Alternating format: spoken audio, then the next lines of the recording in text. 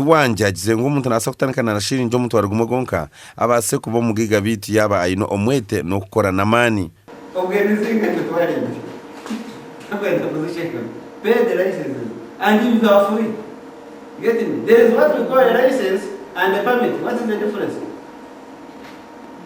tuwanje shabemye tukuranga ngo bateka mani minji mu kurebera bwa business bwabo bo bakwa batandikiro habwo kuba umuntu atari kutamana minjo mu business ye nehendere fire omwaka gumwe.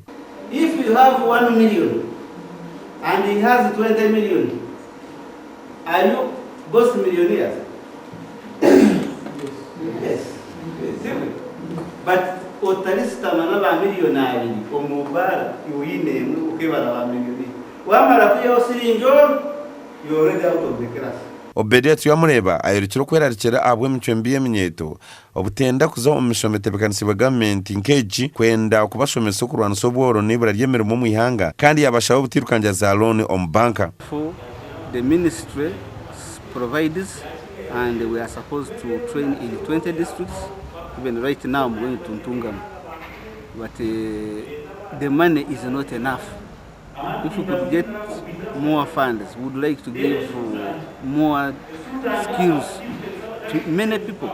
So waza kubara abantu bace kitaba yam cyo kurebera nkati hinabali kushangu tugaruke ryane. First is bamumenye tabakira mukoro gubasimira batebekanisa abo kubashomesa kwa kubasa kutanukoza business enche bakabasa kurwanusa ibura ryemeremo omwihanga abo kuba mbwenu kabasubuzi na munonga buko babo yamisa kutunga loan ku rw'umbanka bamenye ko simikuba na heroni akagikozesage kugira cyagihiro mbanka hazakiya mu mogoba itari kuba roni yakozesa kubi ikaretera yamukoma ni ntekateka ngo no butafuna misomo nkeji omubwire aha bo kubana munonga nkeze senteze batwireza yose livelihood abamwe bakazikozesa tabagobamo abo butafuna misomeje ngwenu ecenaganyirwamo no kufuna ubukugu mu business kuwa kufuna karone jo ya government rero